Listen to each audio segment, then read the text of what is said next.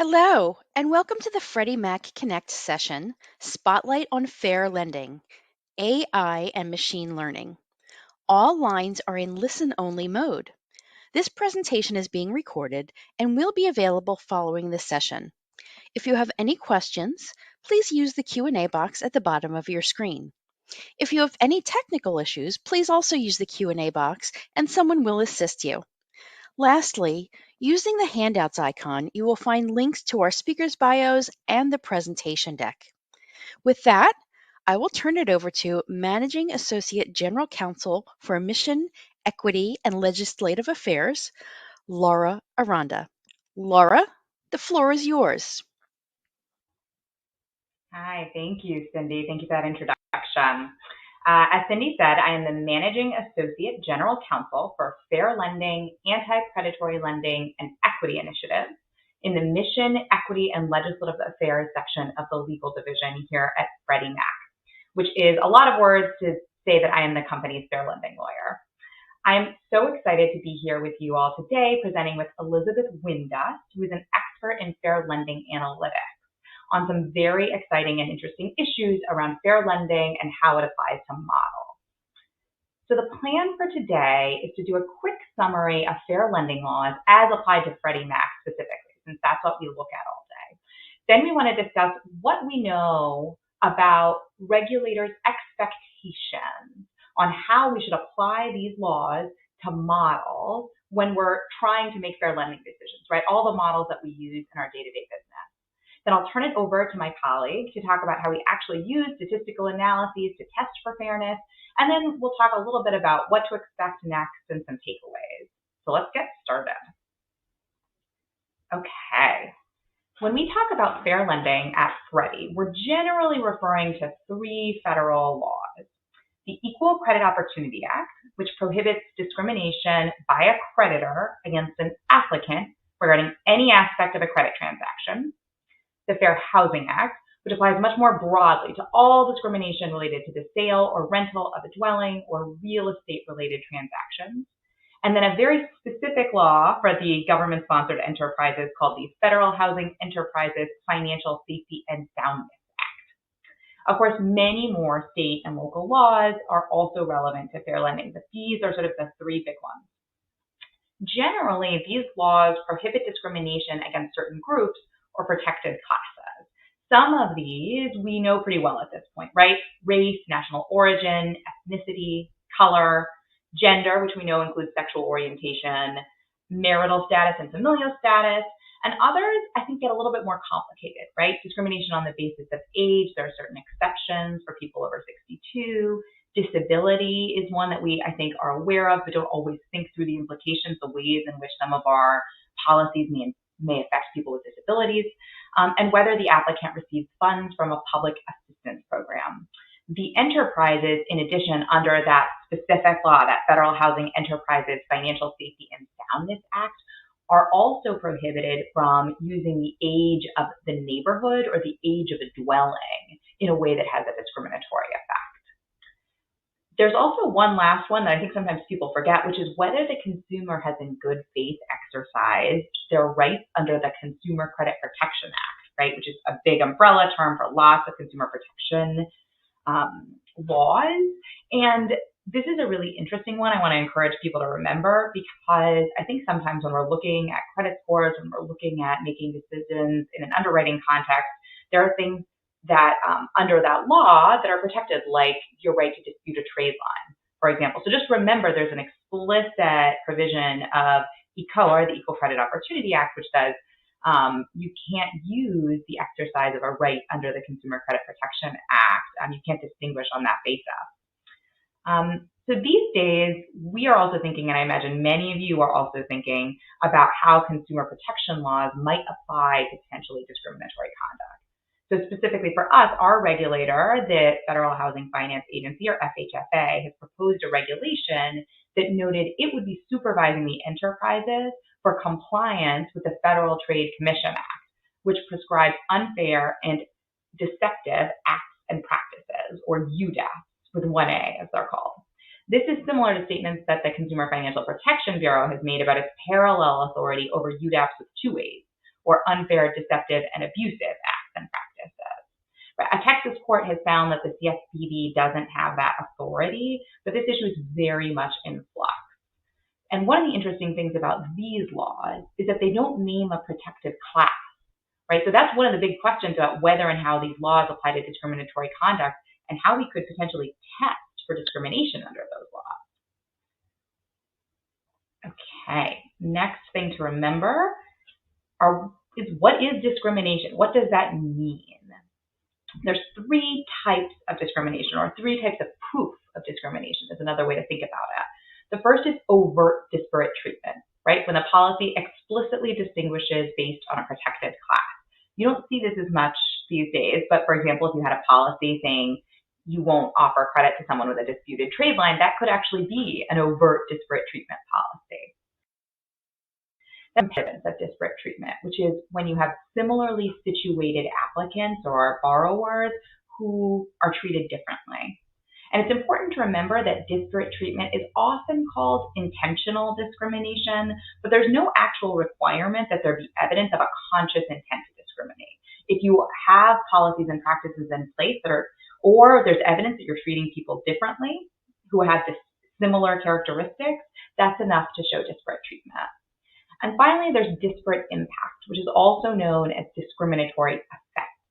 Right? So there's a three-step analysis when we're looking at disparate impact questions, right? And we look at neutral policies or practices that on their face don't seem to have any relationship to a protected class. But we say, does this policy or practice create a disproportionate negative impact on a protected class group? If so, is there a substantial, legitimate, non-speculative business justification you're trying to achieve with that policy or practice? And even if you can show that, could you achieve the same thing with a less discriminatory policy or practice that has less impact? That's your burden. Your burden is to show that anything that causes an impact, there's no other way to reach that substantial business justification. Okay, and here I've just laid out a couple of risk factors that we have identified and that the case law has identified that are associated with higher fair lending risk. There's a lot on this slide and I'm not going to go through it all, but a couple of important themes here are, do you have policies and procedures in place? And are those policies supported by a substantial, legitimate business justification? Are you cabining discretion and limiting incentives that might affect individual decision-making? Are you regularly going back and re-reviewing older decisions that had an impact to see has the impact changed? And are those policies still necessary and justified under the current market conditions, right? And given updates in technology and information? And are you relying on third parties without providing sufficient oversight, right? Then there are two sort of higher risk factors for fair lending issues that I'm going to discuss today. And one of them is, are you relying on unreliable or incomplete data, right? And the data that we use and rely on and we put into our models is just as important as the models themselves, right? And the second is, are you relying on models that are not sufficiently transparent, accountable, explainable, and fair, right? We're going to come back to those four characteristics, but those are the four themes that have come out of the frameworks that have been set forth by regulators on looking at models. So we want to talk a little bit about that, but first, let's step back and say, what have the regulators told us? What are we supposed to do about models, right? We know that they're getting more and more and more complex. We're relying on them more and more. And what we see from the regulators is a lot of concern about this, but not a lot of concrete guidance. So what details have the regulators provided? From an FHFA perspective, which remember again is our regulator, we've got the AB set forth in 2021 that set forth expectations for the enterprises generally. It set forth specific requirements around third-party oversight with respect to fair lending, right, which is for our oversight of lenders' compliance with fair lending laws, which is important. And it noted at the time that model fairness and being very responsible and active and proactive about evaluating models for fairness was very significant. In 2022, FHFA issued another advisory bulletin on AI/ML risk. And there it set forth some of these core ethical principles we'll talk about, right? Transparency, accountability, fairness. And we're expecting an FHFA OIG, or the Office of Inspector General, white paper on enterprise use of AI and ML, which we're very interested in. The other thing that FHFA did is, in combination with the other regulators, a few months ago, they put out a proposed rule specific to AVMs, or automated valuation models, making very clear that AVMs have to be evaluated not just for their accuracy, but also their impact on protected communities. Okay, what other advice have we seen from the CFPB? There's some interesting statements here, in addition to the work that they've done talking about potentially discriminatory UDAPs that we talked about earlier. So in May 2022, and again, just a couple months ago in September, they have been reminding lenders and people who make credit decisions that you have this obligation under ECOA to identify in an adverse action report. When a borrower says, "Why was I denied?" you have to say why. You have to be able to tell them why they were denied the credit that they sought. And the CFPB has been very clear that you can't just say the model determines that you are a credit risk, right? You have to actually be able to understand why your model denied that person credit, or said that they were not qualified, or they were a credit risk. And this really gets at the idea that your model has to be accountable, and that you, in turn, have to be accountable for the decisions that your models are making. And then in April 2023, I just want to note that they also put out a statement on abusive acts and practices that notes we also have to be careful in any situation when a consumer can't protect their own interest, right? And I think in situations where we're relying on complex models for decision making, there's a potential that the Bureau could see that they can't protect their own interests there because they don't understand what the model is taking into account. They can't change their behavior to be able to get a more positive decision because they don't understand what's being taken into account. Okay, so let's dive into these 4 factors that the regulators have identified as relevant to sort of having responsible AI and responsible models. What do these 4 factors really mean? Okay, it takes a little bit to unpack them, and I think there can often feel like there's a lot of overlap in these concepts, and I think there is a lot of overlap, but here's the best I've been able to do to try to separate out these concepts. So the first is transparency. How does the AI system work, including how does it make decisions and how does it process data? Can you see at each stage what's happening? Do you understand really what's happening to the data? The second one is accountability. Can you identify and assign responsibility for a decision? Do you know what actually played into the decision at the end of the day? And then the third one is explainability. Can you identify the significance of variables and relationships between variables to better understand sort of writ large how the system is working? And finally, and very important for our purposes, can you eliminate or minimize as much as possible bias with respect to protected attributes, right? All of these are getting harder and harder as models get more and more complex, right? And so I'm going to turn this over to my colleague Elizabeth to talk a little bit about what do we do, how do we test for fairness in models. Elizabeth? Thanks, Laura. And hi, everyone. So now I am going to take you through more details from the analytical side. So let's see. Okay, so what are the risks and benefits of AI and machine learning? So as with any new technology, there are some big potential benefits, but there's also risks. So in an ideal world, you want to find a way to take advantage of the benefits while controlling those risks as much as you can. So this is an emerging field, but enough research has been done that there are many techniques now available to manage fair lending risk and ensure models are explainable. And I'm going to introduce some of those in this presentation. But first, on the risk side, here are a few of the common concerns. So one concern is lack of transparency. So we often hear machine learning described as a black box, which means you input a lot of information into the model and you get a result, usually a prediction, out of the model, but you may not understand how the model made the prediction. And this is particularly true the more complicated the model is, which can be the case for machine learning models. Another concern is the risk of model inputs proxying for race, which would lead to disparate treatment concerns. And this risk is heightened in the machine learning context for several reasons. So one reason is that machine learning models may use new or untraditional data that is more likely to proxy for race. So think, is there location-based information, something about shopping habits, social media information? Those are things that are definitely going to be risky.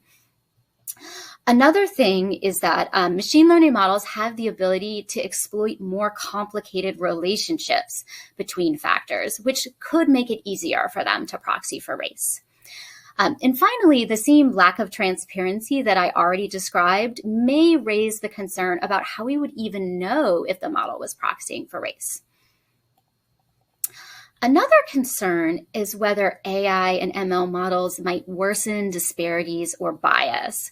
So again, because machine learning models are better at learning complicated relationships, they might extract information from the data that causes the model to produce more disparities or biased outcomes for protected classes. So for example, the model could identify a relationship that's maybe only slightly helpful to accuracy, but creates large disparities for protected classes. So machine learning algorithms do exactly what they're told. So if you tell the model to find absolutely the most accurate model, it will do that without consideration of anything else. So this is why it is so important to proactively address fair lending in the model development process. So given all these serious concerns, why is there so much interest in AI and ML? So of course, first of all, it has the great potential for increasing model accuracy, which is a really good thing. Businesses want better performing models to reduce risk and increase profitability. And the benefit is not just necessarily for the business, though. Increased accuracy can be used to expand access to credit prudently. So if the model is more accurate, you should be able to say yes to more people without increasing risk.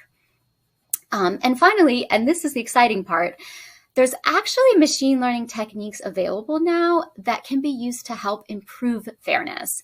So rather than just being a new technology with risks we need to manage, machine learning has given us new tools to proactively improve outcomes and manage fair lending risk. Okay, so how do we address bias in models? So basically, bias can occur at any stage of the modeling process, and it should be considered throughout.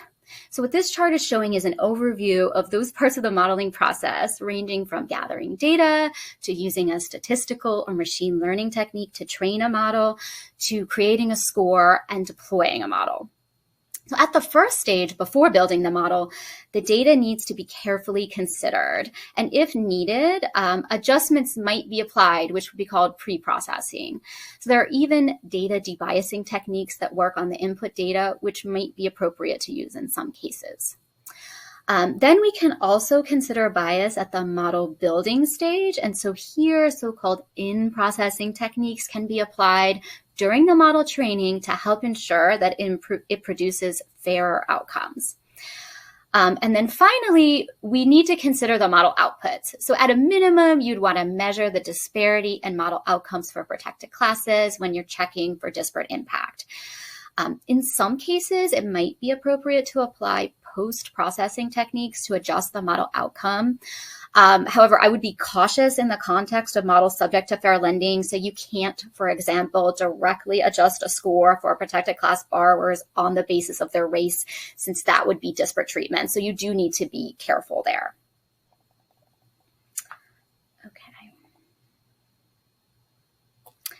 Okay, so I mentioned earlier that the data that goes into the model needs to be carefully considered, because if the data is biased in any way, then the outcomes of the model could be biased. And there's many types of bias that could exist. So in a very general sense, we should care about all of these just from a standpoint of good modeling. But in the fair lending context, the concern would be about whether any of these biases affected protected classes in particular. So some of the biases I have listed here. So you could think about representation or sampling bias. So does the sample chosen to train the model actually represent as well as possible that the model is going to be used on? And is this equally true for protected and non-protected borrowers? And are protected class borrowers well represented in your data set? So here, the famous example is facial recognition software that was trained primarily on images of faces with lighter skin tones. And then the models don't work as well for people with darker complexions. And while that's not specific or lending, I think it illustrates the importance of having representation. And historical bias, where existing human bias seeps into the data generation process. So for example, does past discrimination affect any features being used in the model that might lead to protected classes receiving less favorable scores? And finally, another concern is measurement bias, where the method of recording or quantifying the variable produces biased data for some groups. So you want to make sure that the attributes that go into the model are carefully and appropriately measured, and that they measure the attribute that you actually care about. So there's a well-known example in the area of models that were used for policing and sentencing. So one of the key inputs to these models was neighborhood crime rates. But the issue is that police are going to find more crime in areas where they police more often, and that is going to bias the measurement of actual crime levels. So it's important to consider the proper measurement of the features that go into the models. Okay, so after you've considered the data, the second step would be to mitigate the bias in the model training. So specifically, there's now machine learning techniques that can be used to automate and enhance the search for fairer models. So if you're performing a search for less discriminatory alternatives, you could use these techniques to produce a lot of model alternatives. So one example of a technique is adversarial debiasing, which can be used to systematically and effectively search for alternatives that reduce disparities while maintaining as much accuracy as possible. So at a high level, the way it works is by adding a second model to the training process. So your first model is trying to optimize accuracy for whatever you're trying to predict, such as credit risk. And the second model is trying to improve fairness in the first model's outcomes. So specifically reducing score disparities or impact for protected classes. What's so great about this is that it's actually harnessing the power of machine learning, not just to build accuracy, but also to improve fairness. And because machine learning is very good at doing what you tell it to do, it can be very effective at finding fairer models. And it can do it much better than traditional human-driven LDA searches, which are generally more limited sort of manual searches, such as dropping one feature at a time. So the punchline here is that if machine learning enhancements are adopted together with AI-driven fairness techniques such as adversarial debiasing, there's a chance for performance to be improved while maintaining or even potentially improving fairness. We've actually had success doing this at Freddie Mac as we've used adversarial debiasing to improve fairness in some of our models, including Loan Product Advisor, our automated underwriting model. Okay, so the third step is once we have a model, we want to be able to explain the model, understand how it produces the scores that it did, and to assess those outputs for disparities. So when it comes to assessing disparities in model outcomes, that can generally be done just as easily for machine learning as traditional models, since both produce a score and you can just use your traditional impact metrics. But explaining and understanding how the scores are produced is more complicated. And this is an emerging area, but good progress has been made over the past 5 years in devising techniques and making sure they can actually work in practice on large data sets and complicated models. And there are now good solutions available, especially Shapley values, which are now used widely for this purpose.